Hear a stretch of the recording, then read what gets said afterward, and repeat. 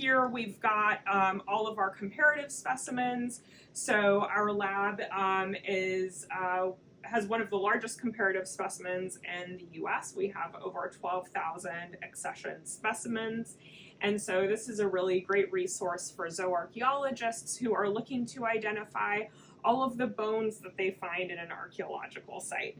So obviously there's hundreds of different species that we might be encountering in a site. So we really depend on this collection to help us make our identifications. So if you guys want to come and check out some of the specimens that we have, I've just opened up one of the cabinets in our teaching collection. And so here we have some of our larger animals. So we've got some horse specimens over here, so you can see how large these are. If anybody wants to guess what bone this is, do you guys know? Femur? It's a femur. Yeah. You guys are totally right. Horses have some pretty interesting features in their femurs. So for those of you that have taken human osteology, you might remember the fovea capitis, the head of the femur. Well, it's a big old triangle. And the horses, fun fact, also have a third trochanter. So they're pretty easy to identify, quite large. So we've got these really big specimens. We also have some cattle bones here as well. So those tend to show up a lot in historic sites. Of course, we also deal with the very tiny in zooarchaeology. So we also have a whole suite of common rodents that are found in the area. I can point out one of my favorites, the woodchuck, Marmota monax, also known as a whistle pig. So we've got full specimens here, full skeletons in our collections as well. So most of what we do here in this lab is help students and visiting researchers do their research. So we get students who work here at UT locally, but we also get folks all from around the southeastern United States coming here to use our collections. We currently have a visiting researcher who's working on the Gray fossil site looking at birds, fossil birds, which is very exciting. So I can also show you guys a little bit back here. We've got more comparative material. So that's just our mammal teaching collection. Back here we've got a whole lot more if you want to follow me in. So here you can see all of these gray cabinets hold the rest of our research collection. We've also got all of those lovely antlered specimens up there, all of our animals with headgear. They don't fit in the drawers, so we have to put them on top of our cabinets. And I should mention that this collection, it's incredibly large. It was started by Paul Parmalee decades ago, and so because of his efforts going out and collecting birds and fishes, all sorts of specimens, as well as Walter Klippel and his students, their efforts, we have this amazing comparative collection. And so it's mostly animals from the southeastern United States, but we also have some more exotic specimens, some non-native animals. So here we've got a almost totally complete ostrich skeleton. So here's kind of the favorite bone. Any guesses in the audience what this might be? This is the synsacrum. It's kind of like a bird pelvis. So here is the acetabulum. So that's the hip socket where the femur would articulate. Here's the ilium, the ischium, and the pubis. So pretty large, and of course ostriches are birds, so their bones are quite light. This actually doesn't weigh too much. So we can put him back in there. Where's up here? Oh, here's a little mole. I can show you this because this is really fun, but we have to look hard. So we just showed you a very large bird, so now we're going to show you a very, very small mole. Any guesses as to what this bone is?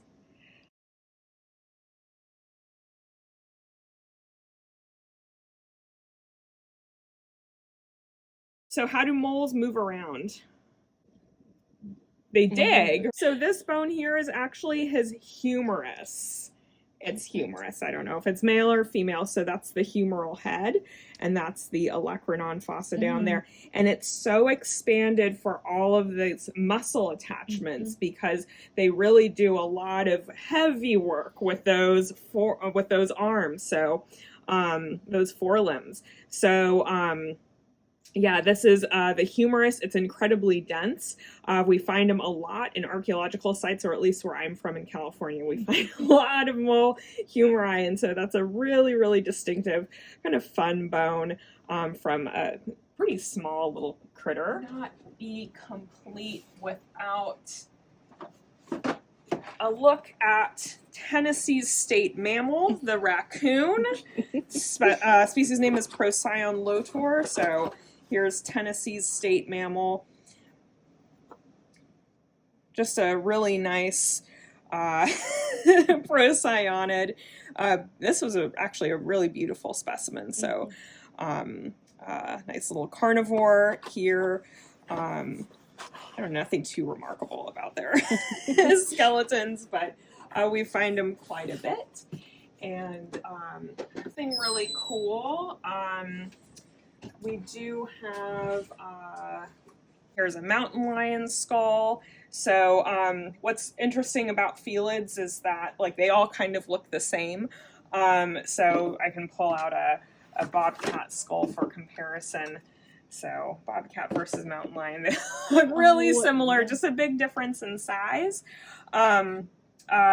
Really cool thing about felids is that their cheek teeth are pretty reduced. So this is actually their first molar. The tiny little, tiny little nub, not doing a whole lot of work. Most of the work is done by their carnassials. So yeah, we have a few nice mountain lion specimens that are just, really fascinating to look at. Here's our deer, and you can see, so this is its mandible. It's a pretty old individual. See, the teeth are really nice and worn down. And so if we take a look at the incisors, and actually that's where its canine would be, it's fallen out, and that's just because these teeth only have one root, so they're not really anchored in there really well. And here's its cranium, and so you see those teeth have also fallen out. Here's a pretty old individual. Ruminants,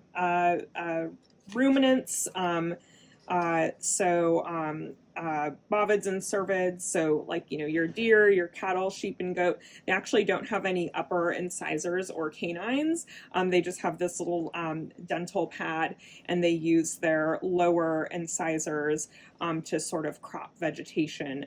And so there's just this sort of soft tissue pad up here. So no front teeth, just cheek teeth. This one was quite old when it died. It's a really nice specimen.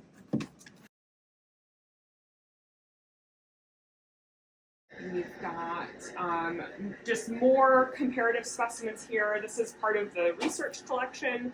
So these are specimens that we usually don't typically use for classes and teaching, but if researchers need extra specimens to look at, we'll pull them out from here. So we've got lots of extra carnivores, lot more deer. We've got a ton of deer specimens, which makes sense, right? This is East Tennessee. There's a lot of deer around here. And then here are some of our bovids. So I can show you some bison specimens. So we don't have a lot of whole, complete specimens, but we do have some pretty impressive crania. So you can just get a sense of how big these guys are. Family, Antelope capridae. And let's see. There we go. These guys have lots of room. So, beautiful little cranium. So they've got these absolutely huge orbits, and they're, really sort of side facing. So they've got, this amazing field of vision. They can really see, kind of behind them a little bit, and those really distinctive sort of horn cores there. So they're quite gracile,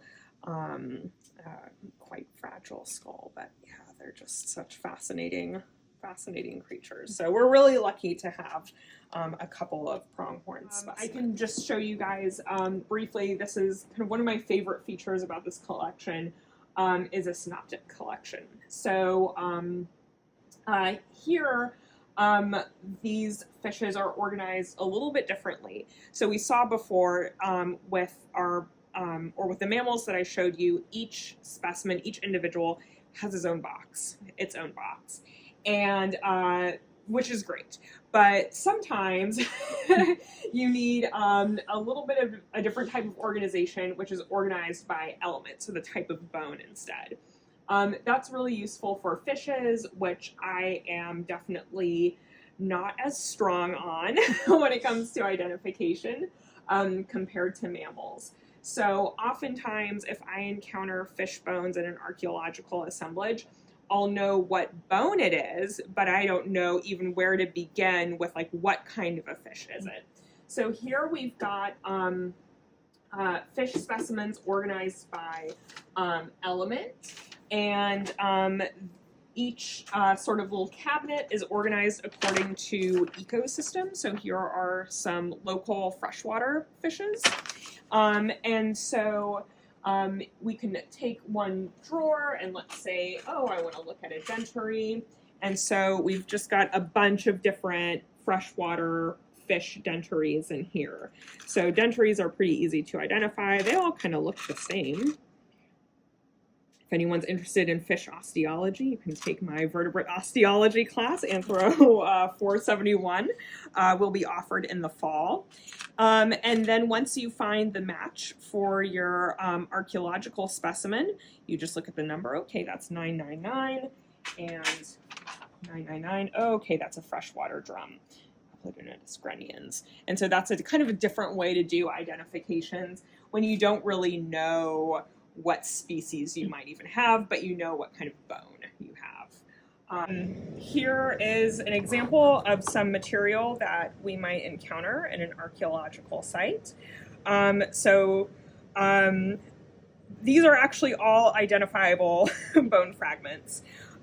So this big piece here is part of an atlas, so the first cervical vertebra of probably a cow, so you can see how that matches up there, right? And here we have part of an innominate, or oscoxid. In zooarchaeology, we call them innominates. And so this is part of the acetabulum, also from a large ruminant, like a cow or something, so you can see how that matches right there. We also have some smaller, or bones of smaller animals. So I definitely see some scapula fragments here. So this is from quite a young animal. So this bone is quite a bit bigger, but you can see the commonalities here. So that's the spine of the scapula, and here's the sort of cranial border. So same side too, that's nice. Those are both lefts. And here you can see the phalanx. So this is one of its proximal phalanges, little toe bones. Make sure I put the archaeological specimen back and not the comparative one. See if there's anything else in here that is particularly interesting. This one's an easy one. What do you guys think? Looks like a rib. It's a rib, yep. That one's pretty simple. And this one looks like it's probably humerus, I would say, of a medium-sized ruminant, so something that's like sheep or goat size. That also looks like a humerus.